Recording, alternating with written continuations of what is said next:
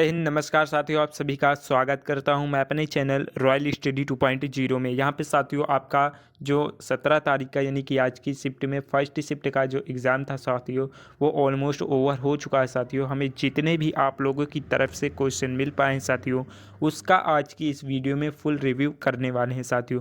आपका यहाँ पे कल का जो यानी 16 दिसंबर का फर्स्ट शिफ्ट, सेकेंड और थर्ड शिफ्ट में जिस प्रकार से आपके क्वेश्चन आए हुए थे साथियों, उसी प्रकार के आपके question first shift, second shift, third shift में मेरी कामना है कि यहाँ पे पूछा जाएगा। फर्स्ट शिफ्ट में तो बहुत ही इजी टू मॉडरेट यहाँ पे क्वेश्चन कहूँगा यहाँ पे आया हुआ है। तो आइए बिना देर किए अपने क्वेश्चन को स्टार्ट करते हैं और आप लोगों तक इसको पहुँचाते हैं साथियों।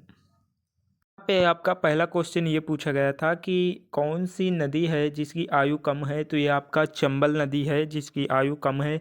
तो चंबल नदी आपका यहाँ पे बिल्कुल राइट आंसर होगा। इस प्रकार से कुछ आपके क्वेश्चन आए हुए थे। और 1927 में भीमराव अंबेडकर जी ने कौन सा आंदोलन चलाया था इन्होंने। तो इन्होंने महाड़ जो होता है सत्याग्रह आंदोलन इन्होंने चलाया था 1927 में।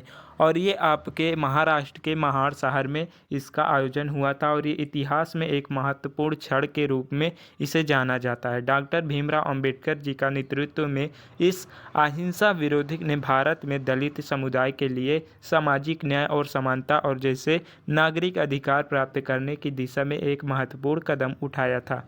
तो यहाँ पे आपका राइट आंसर जो होगा महाड़ सत्याग्रह बिल्कुल राइट आंसर होगा, जिसको भीमराव अंबेडकर जी ने 1927 ईस्वी में चलाया था। नेक्स्ट क्वेश्चन यहीं पे पूछा गया था कि भारत के पहले अटॉर्नी जनरल कौन थे। तो भारत के पहले अटॉर्नी जनरल MC सीतलवाड़ जो थे, ये आपके भारत के पहले अटॉर्नी जनरल थे। भारत के पहले अटॉर्नी जनरल MC सीतलवाड़ थे। उनकी नियुक्ति जो थी वो आपका 28 जनवरी 1950 को इनकी नियुक्ति हुई थी। और वे पद पर सबसे लंबे यानी कि 13 वर्षों तक ये पद पर कार्य करते रहे। और प्रसिद्ध भारतीय विविधता भी ये थे। ये ध्यान में रखना है आपको सारे फैक्ट। ये क्वेश्चन ये पूछा गया था कि 46 यूनेस्को मतलब 46वां यूनेस्को सम्मेलन ये कहाँ पर हुआ था। तो ये आपका हुआ था नई दिल्ली में। नई दिल्ली आपका राइट आंसर होगा।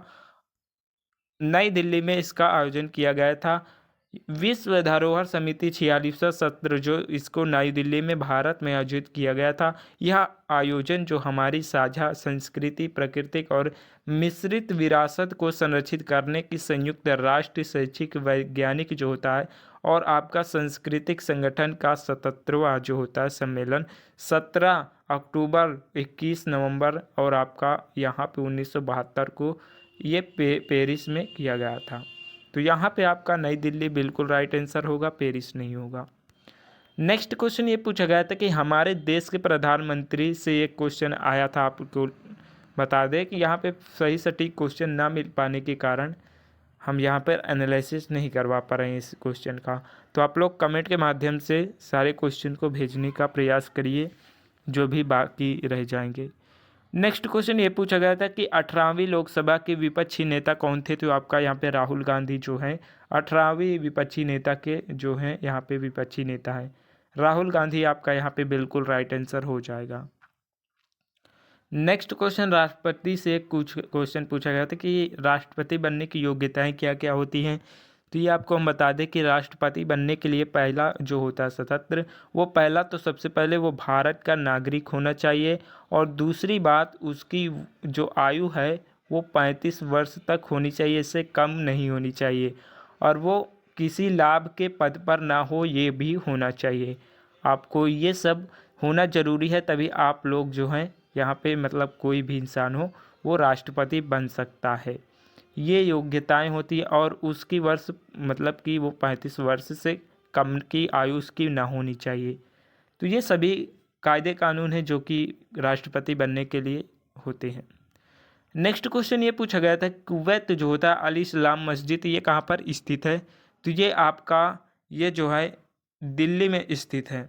तो ये आपका भारत के पहली तुर्क मस्जिद कुव्वत अली इस्लाम जो थी, इसका निर्माण जो था 1197 ईस्वी में कुतुबुद्दीन ऐबक ने दिल्ली में करवाया था, किले के पास करवाया था। ये भी आपको सब क्लियर पता चला दिए। तो ये किले के पास यहाँ पे आपका कुवैत अल इस्लाम मस्जिद स्थित है। इसका जो निर्माण था वो कुतुबुद्दीन ऐबक द्वारा इसका निर्माण 1197 ईस्वी में कराया गया था। सारे फैक्ट को ध्यान में रखना है आपको। नेक्स्ट क्वेश्चन आपसे ये पूछा गया था कि मोटो जीपी का ब्रांड एम्बेसडर कौन है, तो ये आपके शिखर धवन है। बिल्कुल राइट आंसर आपका शिखर धवन होगा यहाँ पे। और बात कर लें भारतीय पूर्व क्रिकेटर के नाम से भी इन्हें जाना जाता है। ये शिखर धवन मोटो जीपी इंडिया के ब्रांड एम्बेसडर हैं और धवन मोटो जीपी की भावना को बढ़ावा देने के लिए ये फ्रेश कर रेस कर ये सभी को इन्होंने अभियान ये फ्रेश कर रेस कर ये अभियान इन्होंने चलाया था। और इसके नेतृत्व में इस अभियान के जरिए धवन रेसिंग के प्रति अपने जुनून को दिखाएंगे, ये भी आपको पता होना चाहिए। नेक्स्ट क्वेश्चन वहीं पे ये पूछा गया था कि अनुच्छेद 20 किससे संबंधित है, तो आपका अपराधों के लिए सजा के संबंध में संरक्षण से जुड़ा होता है आपका आर्टिकल नंबर 20। तो ये आपका राइट आंसर होगा। आपके ऑप्शन में दिया था, आप लोगों ने सही टिक किया होगा, तो राइट आंसर आपका हो जाएगा। यह उन लोगों के लिए सुरक्षा देता है जिन पर अपराध करने का अब आरोप लगाया गया हो या उन्हें दोषी ठहराया गया हो। इस अनुच्छेद में 3 खंड सम्मिलित हैं।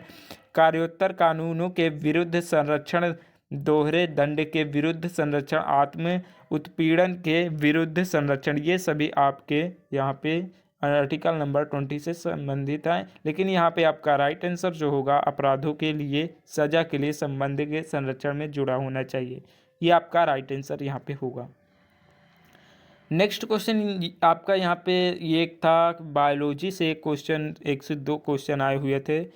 यहाँ पे आपका फिजिक्स के भी यहाँ पे 2 से 3 क्वेश्चन यहाँ पे आए हुए थे साथियों। हमें मिल ना पाने के कारण से हमें कुछ क्वेश्चनों का वर्ड मिला था, लेकिन ये सोर्स हैं कि यहाँ पे बायोलॉजी से 2 से 3 क्वेश्चन जरूर आए थे।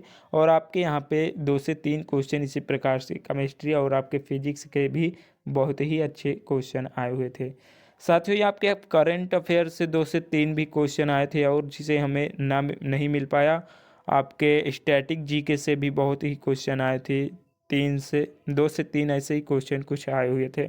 तो साथियों आप लोग ज़रूर से हमें क्वेश्चन सेंड करिएगा। तो चलिए मिलते हैं अपने नेक्स्ट वीडियो के साथ, नेक्स्ट शिफ्ट के सेकंड शिफ्ट के एनालिसिस के साथ। तब तक के लिए साथियों जय हिंद, वंदे मातरम।